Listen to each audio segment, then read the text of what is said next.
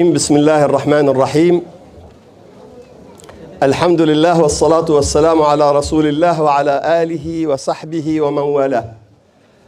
Je viens d'apprendre juste là en arrivant que le Havre, dans le match de tout à l'heure, a gagné 2-1, je crois. Donc je trouve qu'on apporte chance au Havre, c'est déjà une très bonne chose.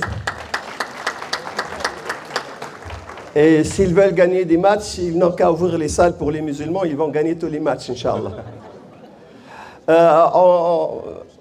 Comme le frère Mohammed vient d'annoncer, on m'a demandé de vous parler de l'épreuve. Mais la plus grande épreuve pour moi, c'est d'aborder ce sujet en 20 minutes. Parce que c'est la raison de la création. Le Coran nous dit que Dieu n'a créé les cieux et la terre, il n'a créé la mort et la vie que pour éprouver les gens. تبارك الذي بيده الملك وهو على كل شيء قدير الذي خلق الموت والحياة ليبلوكم أيكم أحسن عملا. Dieu a créé la mort et la vie pour vous éprouver. هو الذي خلق السماوات في 6 أيام وكان عرشه على الماء ليبلوكم. Il a créé les cieux pendant 6 jours pour vous éprouver. Alors comment parler de la raison même de l'existence en 20 minutes? C'est vraiment une épreuve presque insurmontable. En arabe, on appelle ça al-ibtila. Et ce terme et ses racines et ses dérivés ont été cités dans le Coran plus de 400 fois. Mais quand on regarde l'Ancien Testament, quand on regarde le Nouveau Testament, on trouve que cette notion même dans la Bible, elle est très présente. Et la majorité des prophètes ont abordé ce sujet d'une manière ou d'une autre. Ce qu'on doit connaître en quelques minutes, la chose la plus importante, parce que comme je vous ai dit que c'est la cause et la raison même de la création, il faut absolument maîtriser, chacun de nous, au moins cette équation. L'équation de l'épreuve de Al-Ibtila, elle est très simple. Mais il n'y a que Allah subhanahu wa ta'ala qui peut la résoudre. Parce qu'avec sa simplicité, comme elle gère l'homme, et l'homme c'est la créature la plus complexe, donc elle devient une équation extrêmement complexe. Est-ce que l'ingénieur du son peut régler le micro ou changer? Parce que là j'entends, ça doit vous gêner là, le boum boum boum là. Non? Moi j'ai pitié pour vous, tant pis.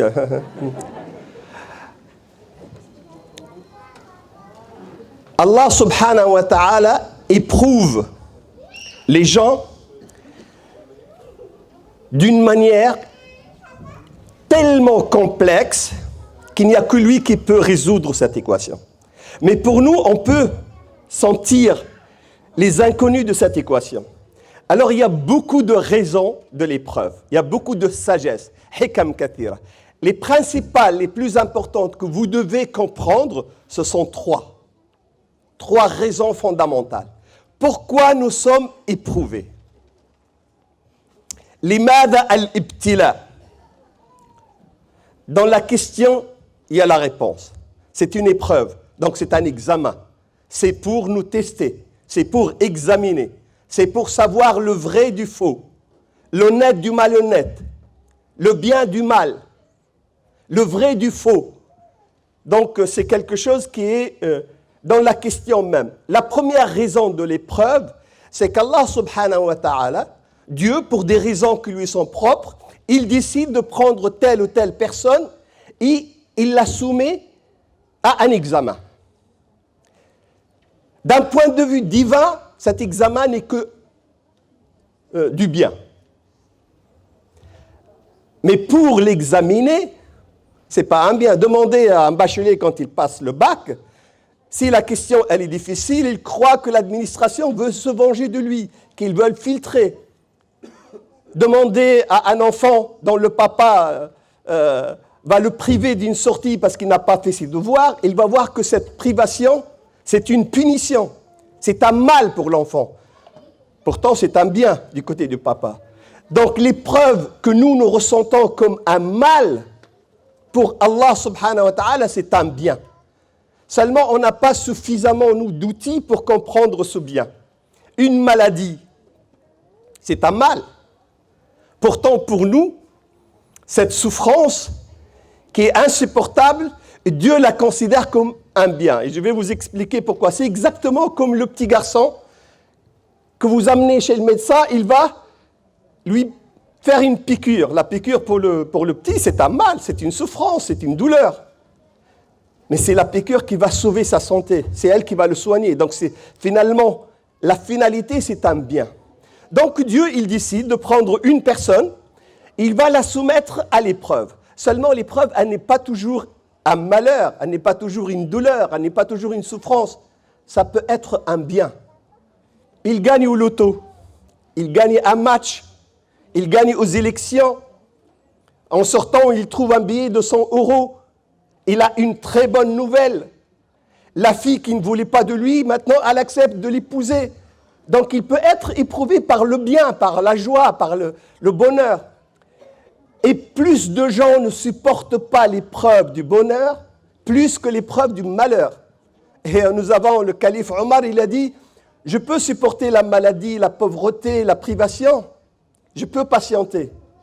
Mais si jamais je deviens riche, je risque d'être arrogant, je risque d'être avare. Si jamais j'ai trop de puissance, je risque d'être un dictateur, d'être un tyran, d'être injuste.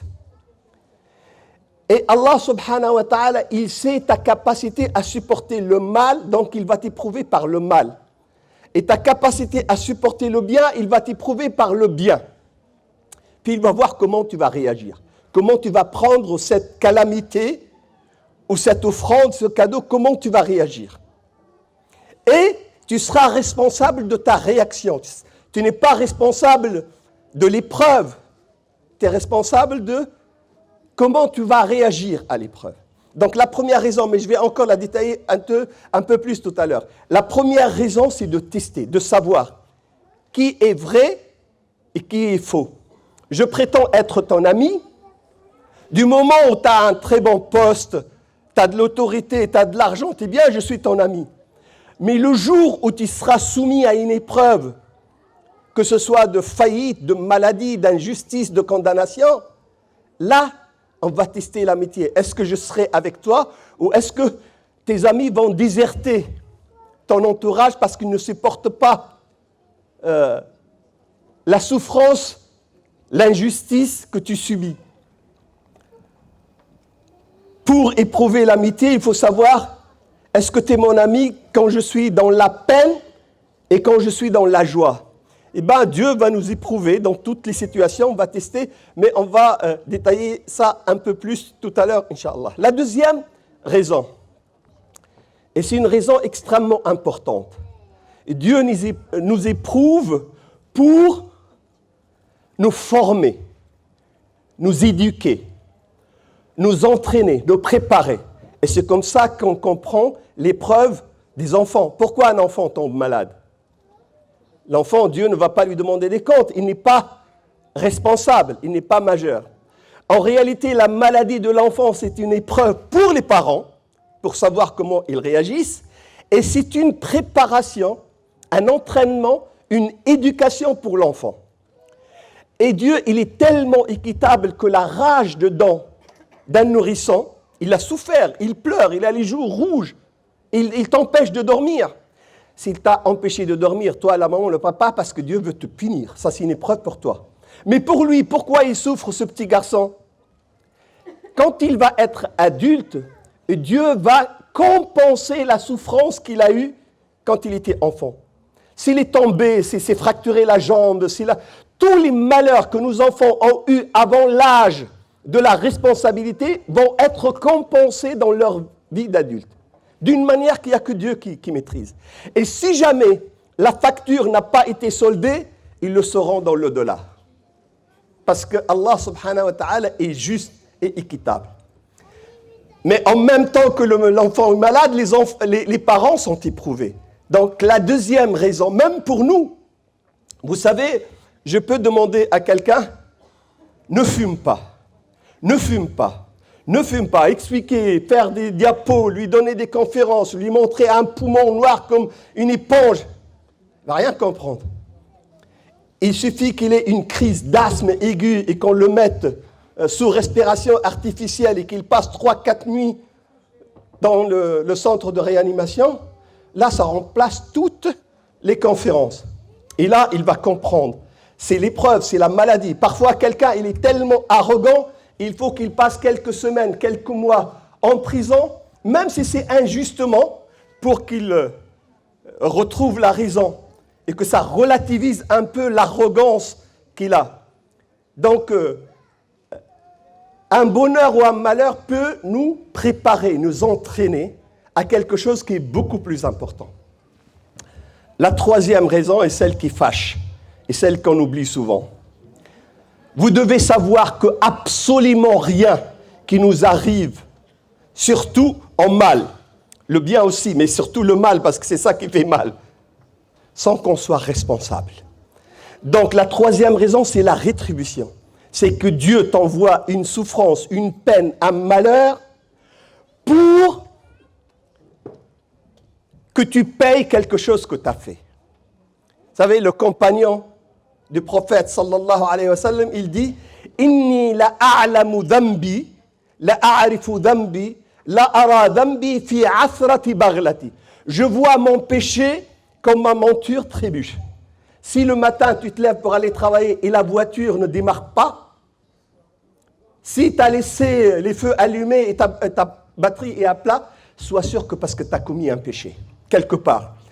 Fais un examen de conscience, tu vas trouver que Dieu ne veut absolument rien, il n'a rien contre toi. Si tu tombes malade, si tu as une facture trop élevée à payer, si ton mari te trompe, si ta fille a fugué, si ton enfant a échoué, quelle que soit la calamité, quel que soit le malheur, il faut que tu saches. Même si tu n'as pas la réponse exacte, il faut que tu saches que tu es responsable. D'une manière ou d'une autre, d'une manière extrêmement compliquée. Et pourquoi tu es responsable? Parce que Dieu, il veut faire 3 choses avec toi. La première, te rappeler à l'ordre. Là, c'est juste ton fils qui a échoué le bac blanc. Mais si tu continues à jouer au loto, à boire, à agresser tes voisins, à ne pas être, comme a dit l'imam Youssef, convenable avec tes parents, tous tes enfants vont rater tous les examens. Parce que tu n'as pas compris le premier signal d'alarme. Tu as eu juste une petite crise, une petite alerte. Le médecin, il te dit, là, il y a des coronaires qui sont à 50%, 70%. Si tu n'as pas compris, eh ben, tu auras une deuxième crise, une troisième, et peut-être elle sera fatale. C'est pour te dire, il faut que tu changes ta manière de voir les choses. Donc, Dieu, avec l'épreuve, il te fait allumer un signal d'alarme. Fais attention. Tu as dépassé les bornes, tu as quitté les clous. Reviens. Mais la deuxième chose que Dieu veut nous faire, c'est que les péchés que nous avons commis, les fautes que nous avons commises, avec l'épreuve, il va les effacer, parce qu'il est équitable. Si j'ai agressé mes voisins, si j'ai trompé ma femme, si j'ai volé mon patron, je dois payer. Je le paye par une semaine à l'hôpital, je le paye parce que ma voiture a été volée, je le paye parce qu'on m'a battu. En tout cas, je le paye d'une souffrance d'une autre. Et cette souffrance-là, elle va être exactement équitable à la peine que j'ai causée aux autres. Comme ça, mon dossier auprès de Dieu sera vierge. Parce que et c'est un bienfait de Dieu. C'est un cadeau. Parce qu'il vaut mieux que je paye ici. Payer ici, la vie, c'est une saison de solde. Payer de l'au-delà, on ne peut pas supporter. Et c'est pour ça, le musulman, d'ailleurs le croyant, qu'il soit musulman ou chrétien ou juif, le vrai croyant, quand il commet des péchés, il paye dans sa vie par beaucoup de souffrances. Et si jamais il reste quand même quelque chose à payer, pendant l'agonie, pendant la mort, sa mort sera très difficile. Il va souffrir. Je me rappelle à la mort de mon père, Allah yarhamou, ma sœur, il m'a dit, Mon père était quelqu'un de bien, il faisait toujours le bien. Pourquoi il est resté, je ne sais bien combien de jours à l'hôpital, il a souffert. Et nous, on pense qu'il est bien, mais tu ne sais pas ce qu'il a fait en dehors. Et c'est bien fait pour lui, cette souffrance, 3 jours, 4 jours, une semaine. Le prophète nous a dit que Dieu va le faire souffrir juste avant le passage de l'autre côté. C'est pour effacer le reste de la facture. Comme ça, quand il passe de l'autre côté, le dossier, il est blanc, il est vierge. Donc, sachez que le malheur qui nous touche, quel que soit le mal, même juste en sortant de là, tu vas te fouler la cheville, ça va te faire... Sache que tu as commis un péché. Tu as envoyé un regard qui... Tu as regardé la fille avec un regard qui n'est pas très catholique. Tu as envoyé un SMS qui n'est pas très musulman, pour ne pas dire catholique. Tu as fait quelque chose qui... Et c'est bien quand il n'est pas catholique, c'est-à-dire il n'est pas canonique, il n'est pas bien. Donc tu vas le payer par un... Il faut que tu saches que tu as fait quelque chose. Mais en même temps, tu dois dire astaghfirullah, c'est bien fait pour moi. Tu dois ne plus faire ça. Tu dis alhamdulillah, parce que Dieu m'a fait payer tout de suite. Donc la gomme est passée. Par la souffrance, j'ai plus rien. Et c'est pour ça, tout ce qui nous arrive, en réalité, c'est un bienfait, à tel point que Abu Bakr as-Siddiq, radiyallahu anhu, il avait 40 de fièvre. On lui dit, natlubu laka at-tabib. Qal at-tabibu amradani. On te demande le médecin. Il a dit, le médecin, c'est lui qui m'a fait malade. Le médecin, c'est qui? C'est Dieu. On lui dit, mais tu as la fièvre. Il a dit, sami'tu Rasulallah. J'ai entendu le prophète dire qu'avec chaque goutte de transpiration, il y a des péchés qui sont effacés. Donc, il supporte. Ne faites pas comme Abu Bakr. Vous courez chez le médecin, prenez du paracétamol. Lui, il a une foi, il n'est pas aussi fragile que nous. Dès que vous avez 37, 38 et quelques, courez chez le médecin. Mais lui, il a cette foi-là. Il a besoin que la gomme du pardon efface ses péchés. Donc tu dois savoir que tout ce qui te touche, c'est parce que tu as fait quelque chose. C'est une réparation et c'est pour effacer tes péchés. Comme ça, dans l'au-delà, tu n'auras rien. Mais, vous pouvez voir quelqu'un qui est un tyran, un pervers, quelqu'un qui a commis les 400 coups, et il va mourir paisiblement sur le lit de l'hôpital américain ou chez lui entouré de sa famille. C'est injuste. Dites que c'est... Non, c'est juste parce que vous ne connaissez pas, vous, là. Quand il va passer de l'autre côté, je ne vous souhaite pas d'être dans le comité d'accueil.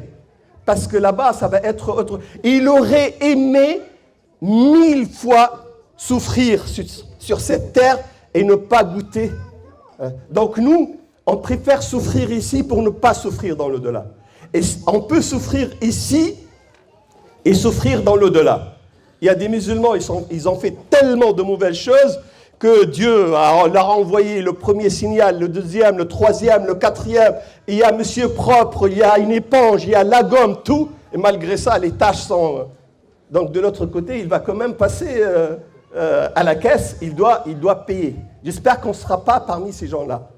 Mais si jamais tu as une bonne nouvelle, si jamais tu as un rendez-vous, tu es en retard, et tu as l'habitude que pour traverser la ville, la moitié des feux passent au rouge. Ou parfois, moi, quand Dieu veut me punir, tous les feux passent au rouge. Comme ça, je rate mon rendez-vous. Et là, tu vas trouver que la route, elle est fluide, que tous les feux passent au vert. Ne dis pas que c'est juste le hasard et c'est la minuterie qui a été réglée. Non, Allah subhanahu wa ta'ala t'a facilité la tâche parce que hier, tu as donné 10 € à la mosquée, parce que tu as aidé quelqu'un à l'école, tu as résolu son problème de physique, parce que tu as aidé une vieille à apprendre, tu as fait un bien. Rappelle-toi, tu vas trouver que Allah subhanahu wa ta'ala te donne le bien pour te récompenser aussi. Beaucoup de gens que je connais, des responsables de la communauté musulmane, ne voient pas souvent leurs enfants. Ils sont en vadrouille tout le temps, ils passent plus de temps dans les gares, les aéroports pour des conférences. Mais leurs enfants, ils sont les premiers dans l'école. Ce n'est pas parce qu'ils s'occupent de leurs enfants, ils n'ont pas le temps. Mais parce qu'Allah subhanahu wa ta'ala connaît qu'ils ont une sincérité, alors il va compenser ce sacrifice par un don. Beaucoup de parents n'ont pas fait ce qu'il faut pour éduquer leurs enfants. Surtout des filles. des jeunes filles qui sont nées ici dans le Havre. On est dans une société, malheureusement, qui est permissive. Elle a un problème avec la religion en général. Elle a déclaré la guerre au début du siècle dernier au catholicisme. Et une fille qui vient avec un foulard, elle est suspecte. Qui vient avec une mini-jupe, c'est normal, c'est la mode.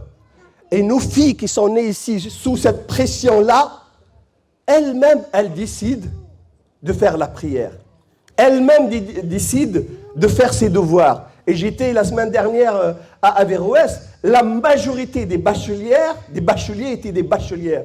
Et celle qui a eu la meilleure moyenne presque de toute la France, 19, je crois, 6, c'est une fille qui porte le foulard. Une fabrication française à 100%. Vous croyez que parce que la maman et le papa étaient des gens qui s'occupent tout le temps de leur fille? Non, parce que c'était des gens sincères, des gens pieux. Allah subhanahu wa ta'ala, il compense. Il peut compenser par la célébrité. Il peut compenser par quelque chose d'extrêmement précieux et rare, la sérénité. Vous savez, ici dans notre société française, la France, c'est le pays avec 2 ou 3 pays scandinaves où on consomme le plus de calmants et on consulte le plus de psychiatres, de psychologues. Tout le monde est stressé, tout le monde est déprimé. Pour ne pas dire la majorité est dépressive. Il y a une sorte de gêne, de poids sur la poitrine. Quand tu te sens, tu n'as pas d'argent. Oui, il me reste... ok. Quand tu n'as pas d'argent, quand tu as les huissiers qui sonnent à la porte, quand tes enfants ne t'écoutent pas, quand ta femme te répond d'une manière extrêmement vulgaire, bah, tu ne te sens pas bien, tu es déprimé. Mais quand tu te sens bien dans ta poitrine, malgré la pauvreté, malgré le manquement, malgré la maladie, et tu te sens serein, tranquille, ça c'est un don de Dieu. Et c'est une récompense meilleure que toutes les autres récompenses. Vivre dans sa famille. Vous croyez que tout le monde a un papa, une maman et un foyer? C'est un don. Vous, Youssef, vous parlez de vos parents. C'est un don que vos parents soient tous les deux, ou moins un qui est vivant, et à qui vous pouvez faire du bien. C'est une offrande. Il y a beaucoup de gens qui n'ont même pas cette chance. Ben, ce bien-là, c'est un bienfait de Dieu. Donc vous devez savoir, le bien qui vous arrive, c'est une épreuve pour vous récompenser et pour vous tester. Le mal qui vous arrive, c'est pour payer vos péchés que vous avez oubliés. Parfois, ce sont des péchés inconscients. Et moi, une fois, il m'est arrivé un malheur et je ne comprenais pas. Et puis j'ai cherché parce que je me suis dit, bah, tu es quelqu'un de bien, toi, tu as fait ta prière, tu as donné de l'argent à la mosquée, tu es quelqu'un de... Et puis, c'est en dormant, je me suis rappelé que j'ai pris l'avion. Et vous savez, Charles de Gaulle, nous avons un couloir qui fait presque un demi-kilomètre. Et à gauche et à droite, il y a des affiches. Les affiches, c'était juste avant l'été, c'est de la publicité pour des bikinis. Et moi, je regardais la marque des bikinis, je regardais les formes, et je pensais, c'était tellement normal que bon, j'ai pas senti que... Et puis après, je me suis dit, mais t'as passé un quart d'heure à zioter à droite et à gauche les femmes. Eh bien, c'est tout à fait normal qu'il t'arrive ça. Mais on fait tellement de mal, on est inconscient, parce qu'on le répète, on ne fait pas attention. Seulement, quand on passe à la caisse, on a la facture. Vous devez faire attention que tout ce qui vous arrive de bien, c'est une épreuve pour votre bien. Tout ce qui vous arrive de mal, c'est une épreuve pour votre bien. Et que tout est piloté par Allah, par une justice et une équité divine. Et que rien n'arrive au hasard. Absolument rien. Si tu as perdu ton téléphone, si tu passes un quart d'heure à chercher tes clés, si quand tu parles à ta fille, tu ne réponds pas, si chacun il est dans sa chambre enfermé en train de tchatcher, etc., et tu ne sais pas, c'est que tu as fait quelque chose. Cherche-le, essaie de le réparer, demande l'aide de Dieu, et tu vas considérer que l'épreuve, finalement, c'est normal qu'elle soit la raison de la création. Et c'est un bien de Dieu. As'alullah subhanahu wa ta'ala an yu'inuna على الابتلاء إن شاء الله وأن يحفظنا من كل مكروه وصلى الله وسلم وبارك على سيدنا محمد